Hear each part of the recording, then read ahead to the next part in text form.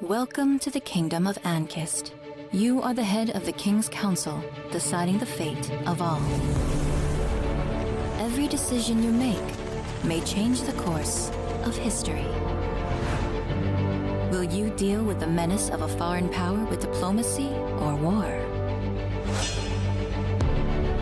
Will you defend the poor and oppressed or serve the interests of the rich and powerful? Will you fund the pursuits of innovation and progress or the search for precious ancient artifacts? Will you dabble with forbidden knowledge or support the preservation of traditions? Face hundreds of political dilemmas. Listen to the advice of the council members or overrule their decisions. Prepare for the final uprising, foreshadowed by an ancient prophecy. Act for the greater good, or think only of yourself. Will you be able to carry the burden of responsibility?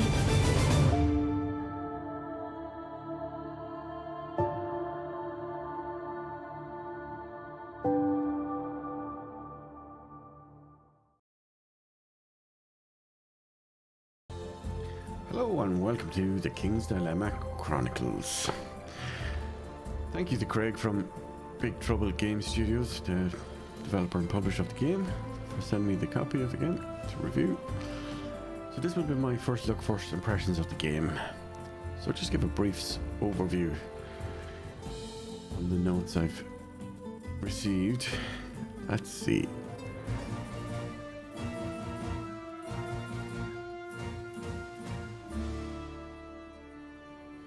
Welcome to the Kingdom of Ankist, a place of daring expeditions, gruesome battles and arcane mysteries. You play as the head of their council, the leader of the king's inner circle. Listen to the advice of your council of houses or overrule their decisions. Face hundreds of dilemmas where every choice you may make affect your relationship with the other houses, influence the well-being and resources of the kingdom, and change the course of history itself. Discover the lands of Ankist over a story spanning across tens of generations. Form alliances, survive betrayals, and prepare for the final uprising foretold by an ancient prophecy. Will you act for the greater good, or will you think only of yourself?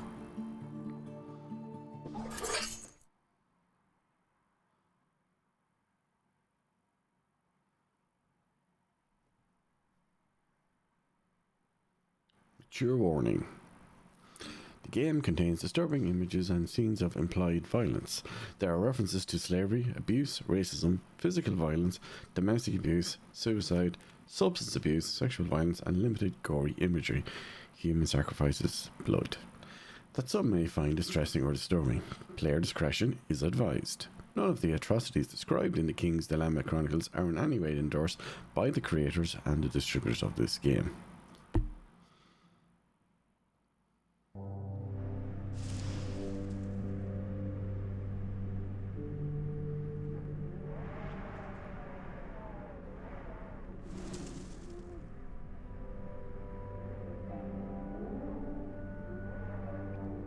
Located in the northern continent of Lywick, Ankist is one of the largest kingdoms of the known world, but it's not the only one.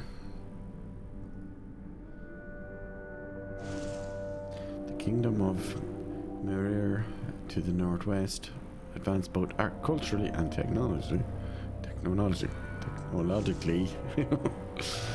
The small and harmless Kingdom of Sidladia to the south, with its stingy lands. The Republic of Kaupias to the northeast, with commercial abilities beyond imagination. The Kasukian Empire to the distant east, where the Emperor lives in opulence while the people struggle. The southern continent, barely explored, is only known for the fierce ivory desert and the tales and legends shared by the few foreign travellers venturing to our lands.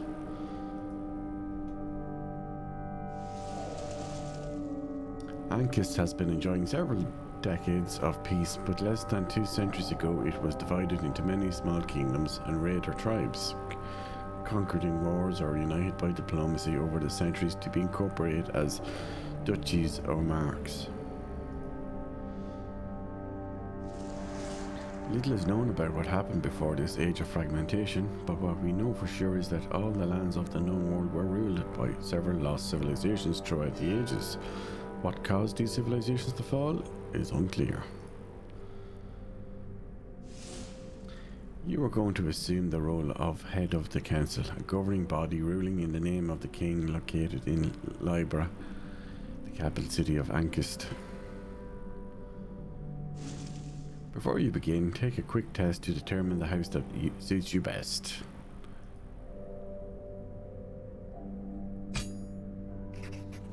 In a financial crisis, is it moral to sacrifice knowledge in order to save money?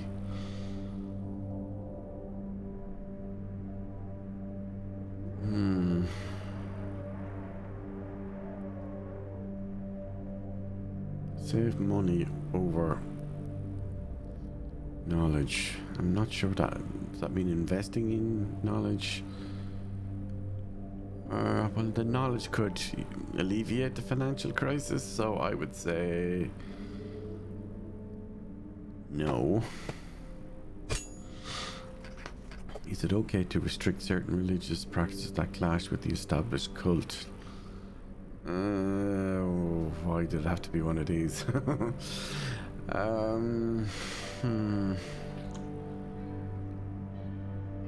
Without knowing the details, it's very difficult to answer that.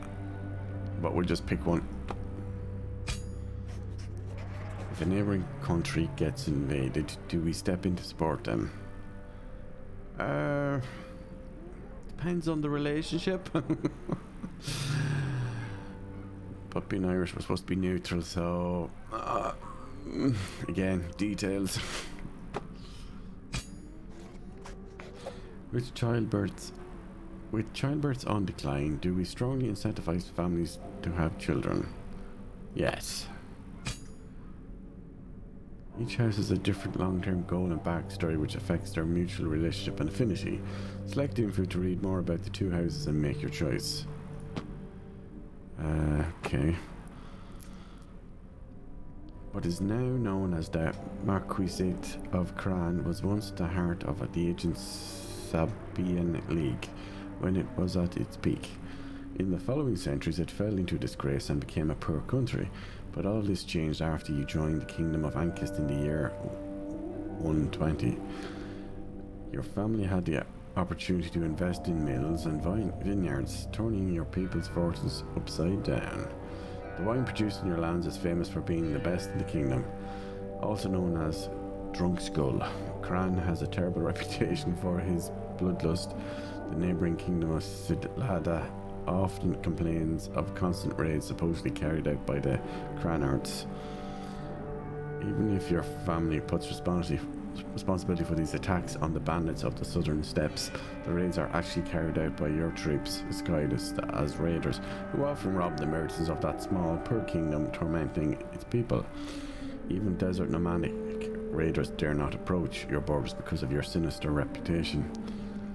The people of the other Ankist duchies and marquisates believe that Cran is a den of cutthroats and publicly disapprove of raids, but secretly they are grateful for your existence because you guarantee the security of the southern borders.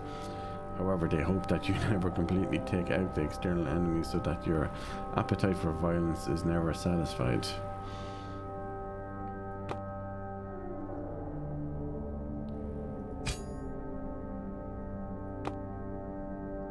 Along with Aentus, the Duchy of Coden formed the original nucleus of the Ankist kingdom. The boundary between the two, the Irmak River, and the fact that Coden was for Aentus the natural outlet to the sea, led them to trade and give each other mutual support, which quickly resulted in a strong alliance and eventually in a unification. The old Three King, your ancestor, had no male heirs. When his daughter married the son of the king of Aentus, their heirs joined the two kingdoms and the first seat of the Kingdom of Ankist was placed.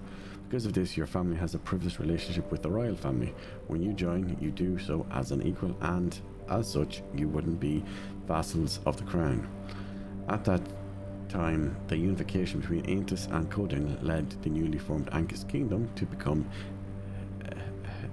hegemonic over the other small neighbouring realms. You always rely on the royal family of Aentus for your protection, preferring to invest in trade and agriculture rather than in arms and army, a strategy that has been successfully tested, being right in the middle between fertile lands and the fishing sea of Chile, is it? Your people rarely suffer hunger, and your family is one of the richest in the kingdom. You have the reputation of being hospitable and friendly, but also decadent and unmotivated.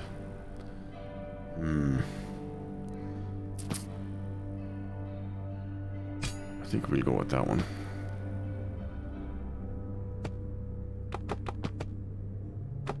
I have to click and hold. Okay. A group of scholars in library recently discovered that ancient chronicles often blame a black circle, a dark rising sun, a cursed eclipse, or other similar images for causing the demise of many past empires. After observing similar clues in recent years, historians started speculating about the existence of a secret society that has been leading civilizations to oblivion for centuries. This organization is referred to as the Black Dawn. Some think they are a force of chaos, others view them as an engine for creative destruction, and some view them as the heralds of a new dawn, harbingers of progress and change. Whatever their true nature really is, it seems that a huge battle is coming. As head of the council, you have the power to shape the future of this kingdom, but the Black Dawn is lurking in the shadows. Its existence is threatening and yet intriguing. Your role is to inform the king about the decisions of the council, but it is within your power to alter them if you so wish, provided you have enough power. It's time to begin. A new king is about to be crowned. How will the future of Ankist unfold?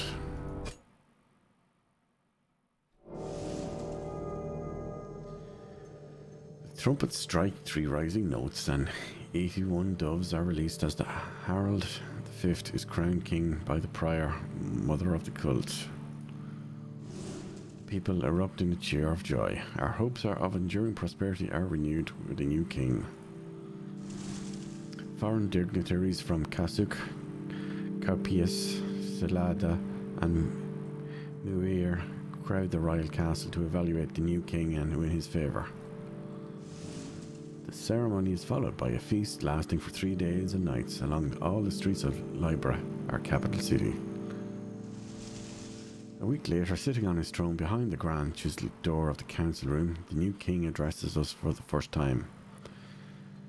Any authority is flickering, and power can be a blessing or a curse for those upon whom it is exercised, he says.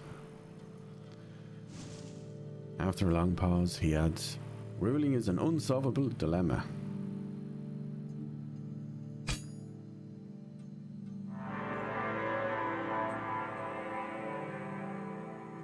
The Eclipse keeps track of the 6 storylines of the King's Dilemma Chronicles, advancing with each story chapter. When all storylines are completed, the ellipse will end and the uprising will start.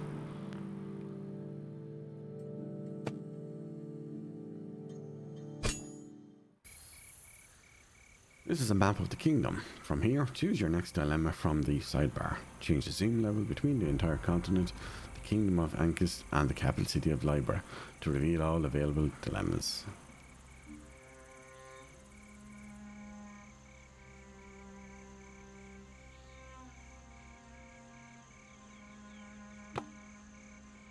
These 5 resources represent the status of the kingdom: influence, wealth, morale, welfare, and knowledge. Every dilemma will move one or more of these resources, changing the stability of the current reign.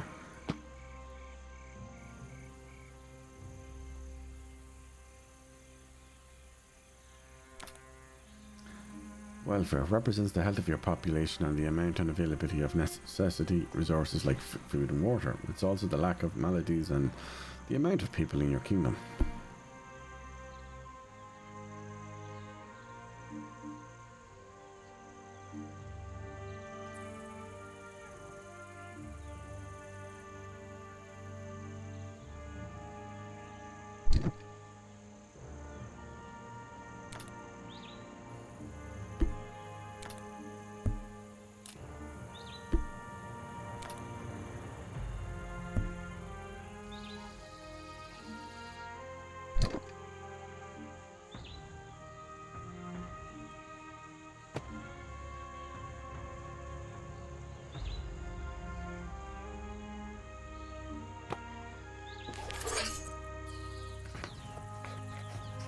City of Tents. Morano, a rich merchant from a remote desert city called the City of Tents, wants to negotiate a lucrative trade agreement. Among his samples of goods is a slave concubine in chains. He claims the woman comes from a desert temple that allegedly hides the golden map, a fabled item we've been seeking for decades. Many of our people are against slavery.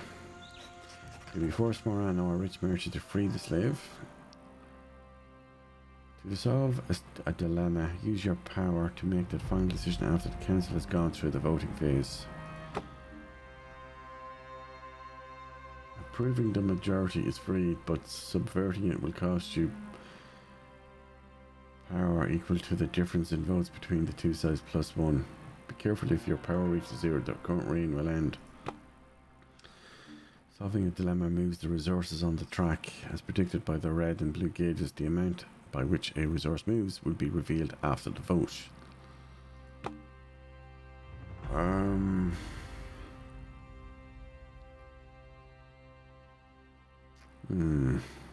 So that looks like a cost of 2. Can we not just pay him?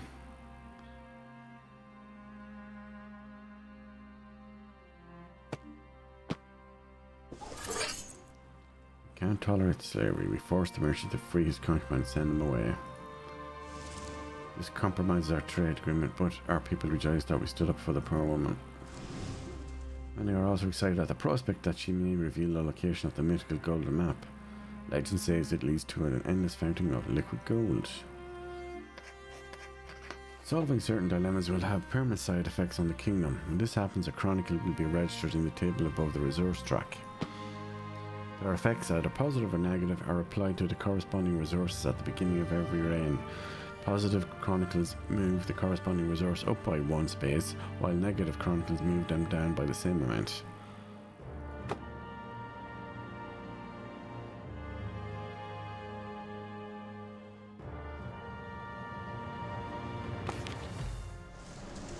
Distant reward. Sarah, the woman we freed from slavery, comes from a remote temple of the Mother in the south of Marudi, which we call the Ivory Desert.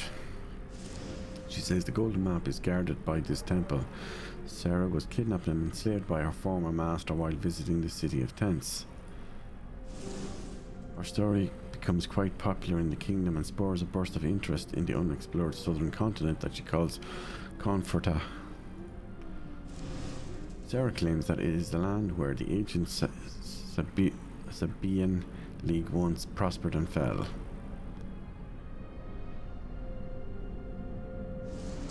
Our scholars immediately start preparing a caravan to retrieve the golden map and take Sarah back home, but traversing the Ivory Desert, famous for tempests of burning white sand, will not be easy.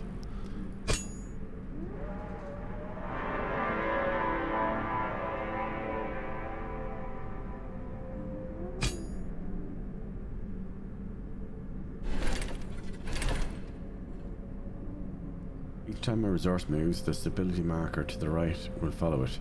If the stability marker ever reaches either end of its track, the reign will end. Keep all the resources in the highlighted area on the track to score more points when the reign ends.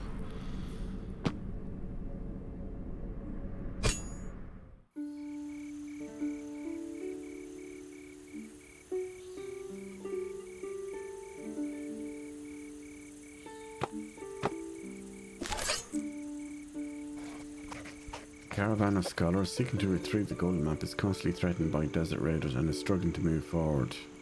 If we don't send them military aid, they'll be forced to deviate to the City of Tents to stock up on supplies and hire mercenaries.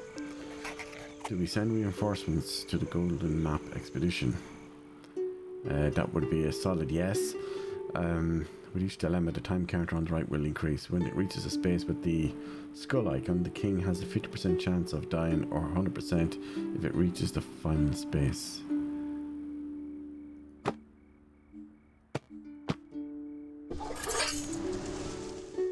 We send troops to support the caravan. Thanks to the help of the army and the guidance of Sarah, the scholars finally reached the remote temple of the Mother in the middle of the Ivory Desert. Soon we'll discover if the golden map is really there. Unfortunately, fatigued by travel, Sarah dies before she can see her home again. Chalice in the desert. After wandering for days, our expedition sights a rocky plateau protruding from the desert, the ruins of a temple atop of it. Our scholars think it dates to the time of Ahmad, the first king, but it was pillaged recently. Inside they find the dried corpses of dozens of San priestesses, an opulent version of the cult of the mother that, though we thought worshipped the same goddess, had lavish ways in stark contrast with the sober purity of our cult. The ruin surrounds a huge oasis, and based on rough interpretations of ancient inscriptions in the altar hall, it was called Chalice Peak. Most of the temple's riches were stolen by the raiders, but the inscriptions suggest a bigger treasure may be hidden in a secret chamber.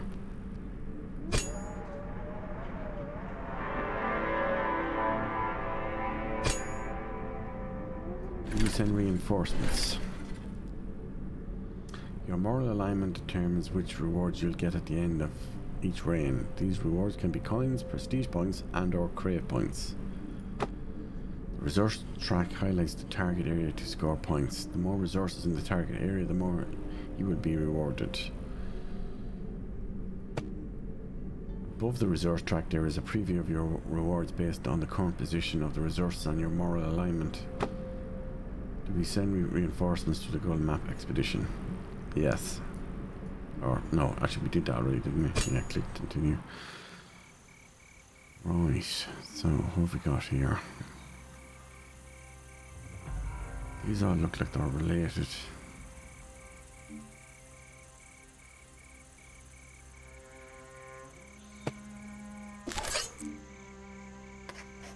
A huge collection of golden items has been found inside a secret chamber hidden within the ruins of Chalice Peak. Ancient scrolls, golden statues of the Mother, jewels, and the golden map. Some fear taking these relics away could unleash a curse upon us, but leaving them could lure many desperate fortune seekers into the desert. We collect only the golden map and leave the treasure behind. When you vote against a council member, your relationship will worsen and they will eventually become your enemy. Voting in accord with a council member will improve your relationship, and if it reaches the maximum level, you can spend coins to form an alliance.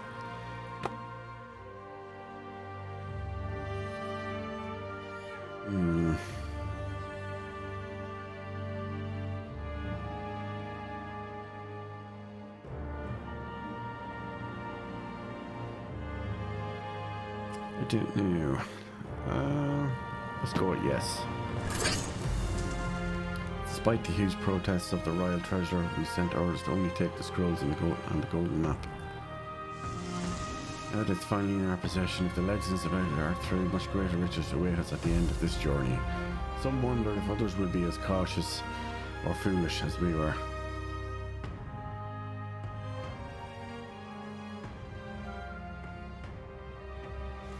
Golden Trap. Throngs of miserables and wastrels without prospects throw themselves into desperate desert expeditions, chasing the mirage of abandoned riches. Few come back alive. Golden Map. Chiseled into a single golden leaf, the map has a grandiose look. As gold easily stands the test of time, its age is unfathomable. However, old legends speak of a golden map leading to an endless fountain of liquid gold. The numerous old scrolls we obtained together with the map are full of references to a Sun Empire, known only from ancient legends dating back to the ages before Ahmad, the first king. We wonder whether this is the map of the old legends, and how truthful those legends are. It may all be a... I clicked too quickly. An expedition has to be launched, but the map is not easily interpreted.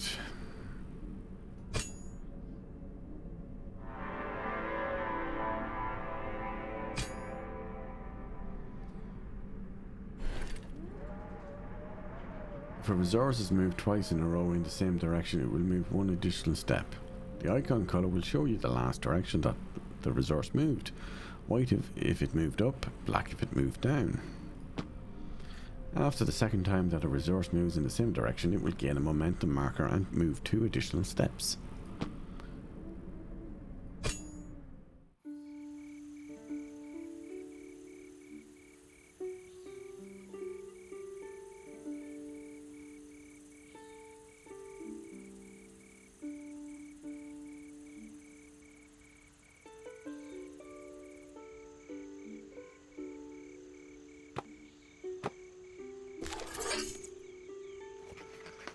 Some mosaics discovered at Chalice Peak could help our scholars better understand the cult of the Sand Priestesses.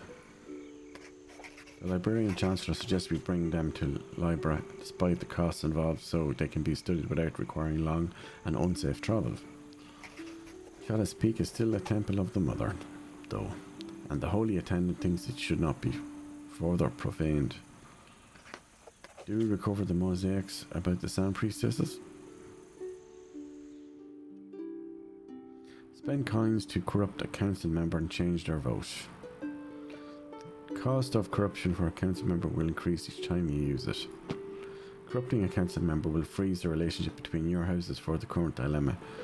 Use corruption wisely to manage both your relationships and your power.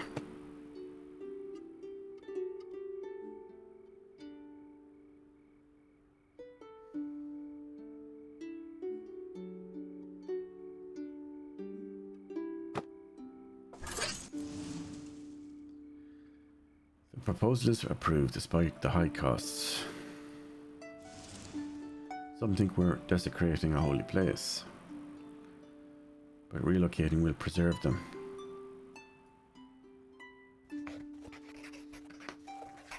Retrieving artifacts from the Desert Temple increased our collection of foreign antiquities.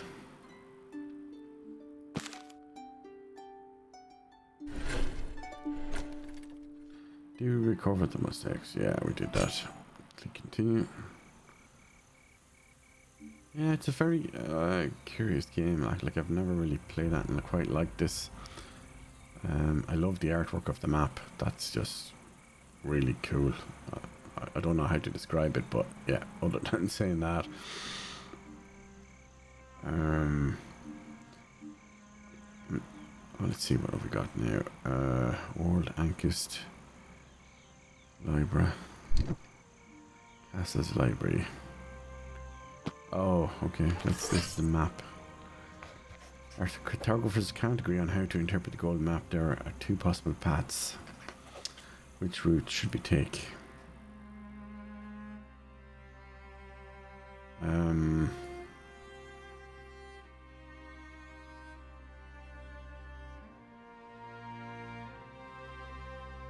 Is that all the information you're going to give me?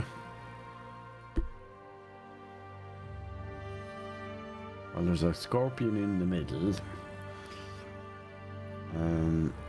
I don't know, because it's not really telling me much of anything. Looks like one is inland, the other is out to sea. So let's go with B.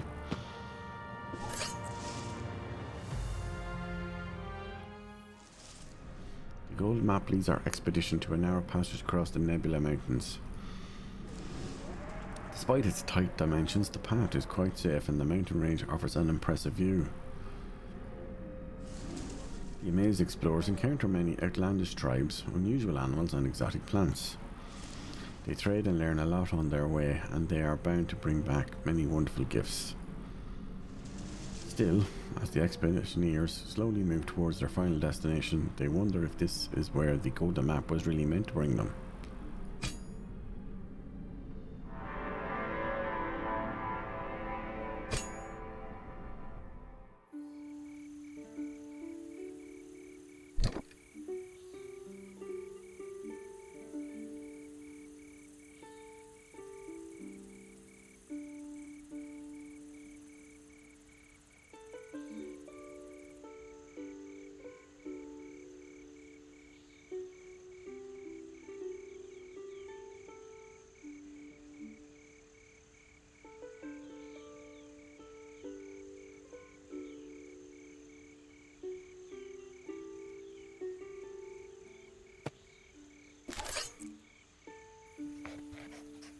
The Royal Marshal reports to us that the 3 windmills were set on fire last night along the road between Libra and Golden Harbour. The affected millers were asking for help rebuilding their windmills. Do we fund the reconstruction of the damaged windmills? That should be a no-brainer, yeah. You need the windmills to make flour to make food to feed the population. With the monetary help of the Crown, a small squad of carpenters is hired to rebuild the burned out windmills with the most advanced techniques available. After the work, we are informed that they noticed the smell of an unknown alchemical substance at all 3 locations. Yeah, we did that. Okay, so it's moving. Wait a minute, why did that move down and not up? Represents the amount of money in the royal treasury. The amount of luxury resources you have, the quality of life for the upper classes, and your power to buy resources from other countries. Okay. Don't know why I thought we were going to get that to go back up, but anyway.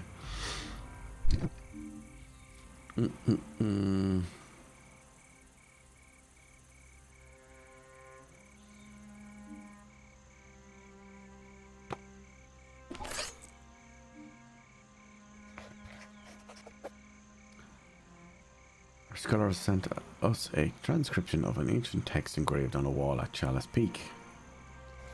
It suggests that the mother waged war against the Sun Empire of legend to free the world from its corruption and brought about its downfall. However, in doing so, she accidentally gave birth to a cursed black eclipse. Many think it should be dismissed as heresy. Do we verify the plausibility of the engraved text? We've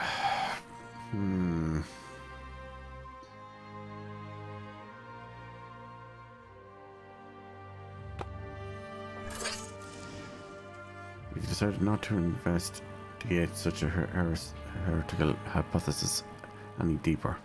However, the sinister image of a black eclipse lingers in our mind.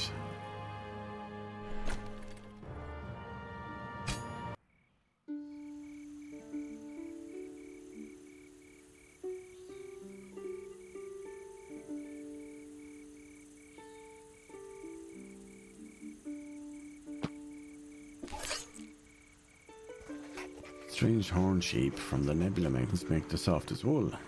It can be used to create insulated garments that can keep you warm even in the coldest winters. We could try to import the livestock and breed them on our own, but the transportation costs would be huge. Do we import the horn sheep for their soft wool?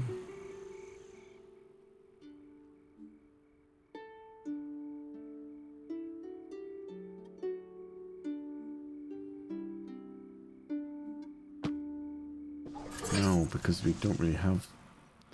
I don't think we have the funds. Our kingdom has been producing wool for centuries. It may not be as fancy as what comes from the Nebula Mountains, but it is not worth spending so much money for such a risky endeavour. The tribute, however, is dissatisfied with our decision. Better wool could have helped many poor people during the winter. I suppose. Ooh, what's that?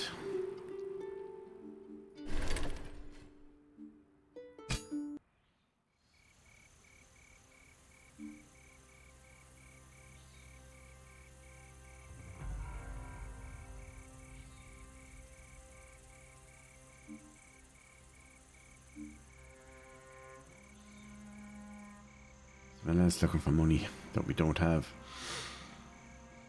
The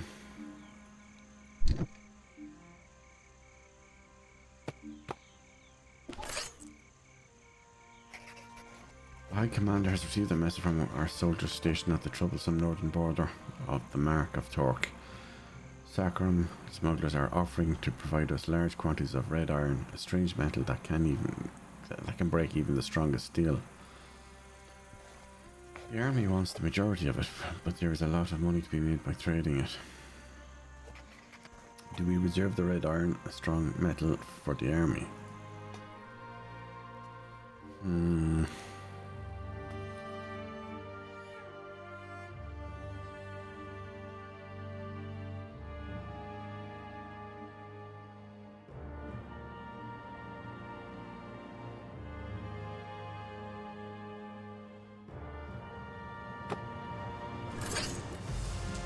Strong economy requires a strong army to protect it. The High Commander contacts the smugglers to establish the operation. The steady flow of red iron from the mostly unexplored lands of the Folafur Mountains is supplied directly to the smiths of the army, with only a little remaining for our merchants. To thank the king for the prosperous business, the smugglers gift him a mast for a red sword named Scarlet Tide. The army soon selects the blade as its symbol and as a sign of its future power.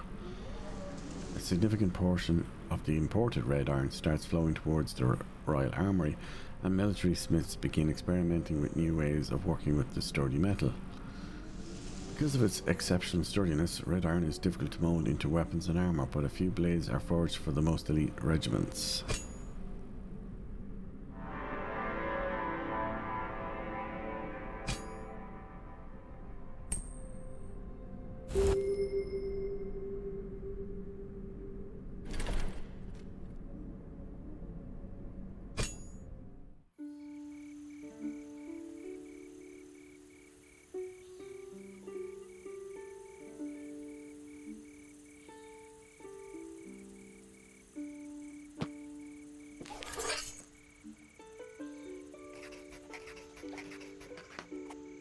Sarello, a Codian merchant from Duin, has taken an interest in the Scarlet Tide, the king's red sword. He's offering a kingly sum to purchase a replica. The army, however, has grown attached to its new symbol. They would not like to see its symbolic value tainted and diluted for the caprice of some lazy Codian merchant. Do we allow a replica of the Scarlet Tide sword to be made? I'm thinking no. Then it's 2-1 at the moment.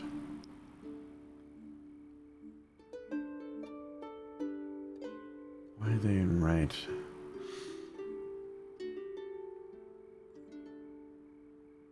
I'm not so sure that's a good idea, because see the skull that appears at the bottom there?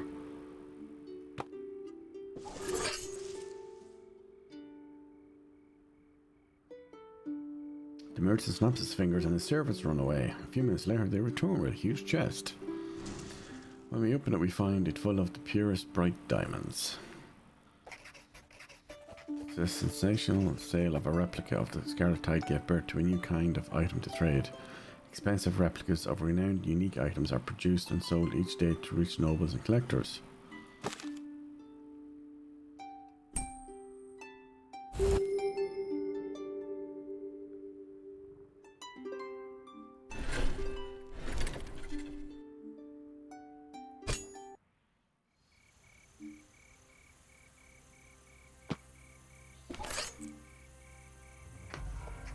We've lost contact with the smugglers. Many think they fell prey to Scarum raiders in the Lawless Mountains. Some suggest that we should send a military contingent to investigate. A dangerous quest, as it could be seen as trespassing by the Kingdom of Ankist, further to the north, with whom we have not had contact for decades and whose military strength is unknown. Do we send the army to investigate the smugglers' disappearance?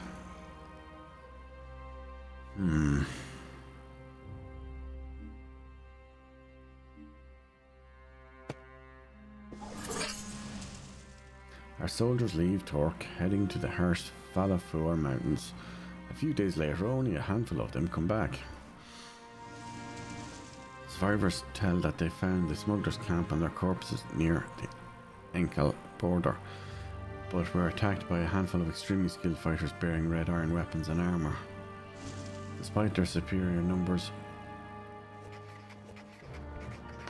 the sacrifice of our soldiers north of the border gave us insight into the Kingdom of Ankist's military strength and way of fighting. The prospect of further research on the subject excites our scholars. Iron that pierces the sky. Despite their relatively short distance, contact with the Kingdom of Ankist was lost for decades. The bitter lands that divide us allow very few exchanges, and they have never had much to offer anyway. Though they were a militaristic society, we considered the Ankali as inoffensive as the Scarums, nomadic tribes living in the unclaimed brown hills along our border. Yet, despite their small numbers, it seems they've become a threat thanks to red iron. They must have discovered it only recently, but they mastered its harvesting and smithing much better than we. The scouts we sent even sighted an impressive fortress reinforced with huge red iron plates they call the Crimson Keep.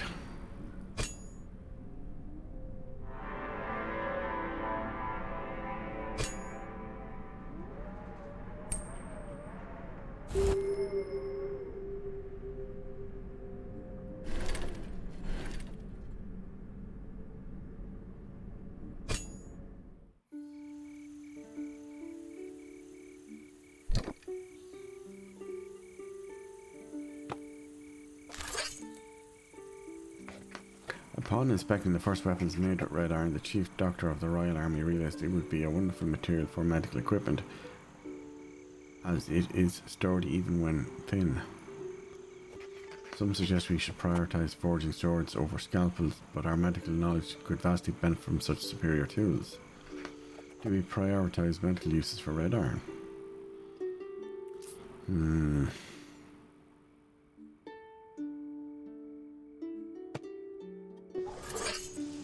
Keeping our people alive is more important than giving death to our enemies.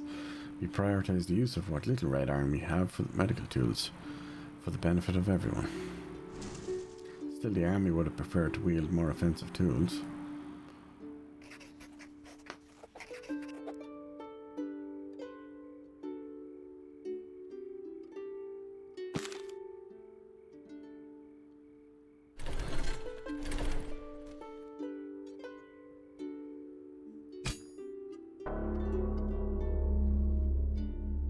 King has abdicated.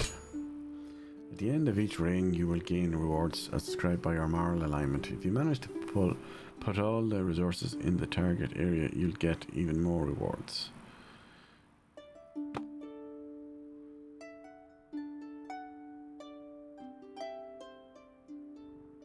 Rebel.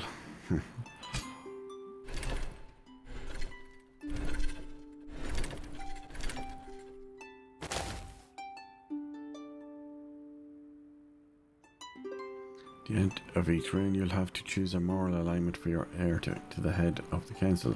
The longer the reign, the more moral alignments will be available.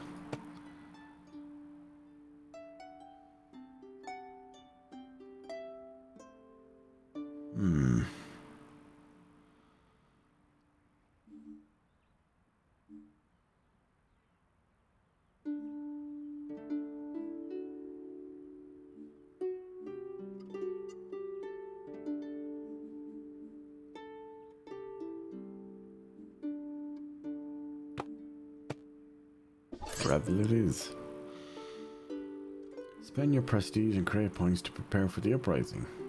Each preparation shows us rewards on the required number of reigns to be completed.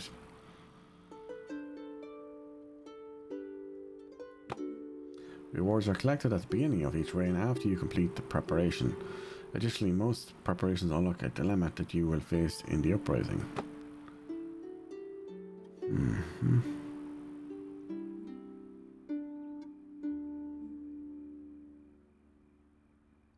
Store riches of the kingdom in a secret room inside Castle Keep. Precise and sharp tools that are hard and expensive to manufacture. They look more like lethal weapons than medical tools, but they can make miracles if placed in the right hands. Research libraries geology. Studying the terrain around the capital of Ankist will allow the construction of underground structures and tunnels. Let's go down. This table summarizes the types of preparation and the rewards. Time to complete, rewards, and status. This preparation takes 3 reigns to complete, unlocks the final dilemma, and rewards you with 3 at the beginning of each reign. This preparation completes at the end of this reign and unlocks another preparation.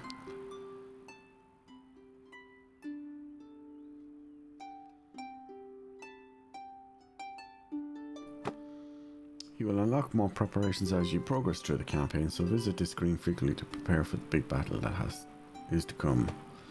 You won't be able to unlock all the preparations in a single playthrough, as some will be locked out depending on the choices you make.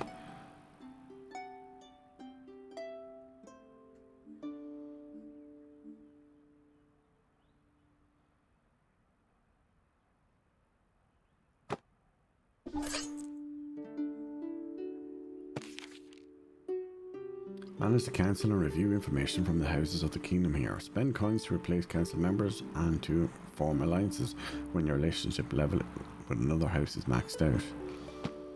If you form an alliance with another house, your total power increases by 1. Alliances have other benefits such as reducing the cost of corruption and the cost of replacing council members. Costs are increased for enemies. With your choices, you can try to achieve the long-term goal of your house and 2 secondary goals. Completing them will grant you more power plus a bonus of cohesion or dissent points for the uprising.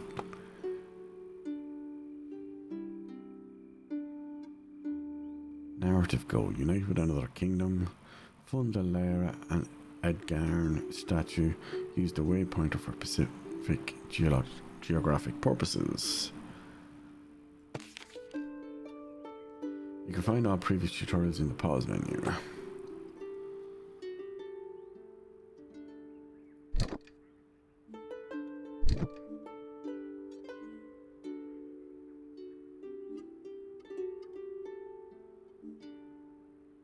This is such a clever game. I've really never seen anything quite like it. I don't even know how to describe it. I mean, I know it says political sim RPG, but yeah, it's definitely unique. But that will conclude our first impressions. Thanks for watching, and see you in the next one.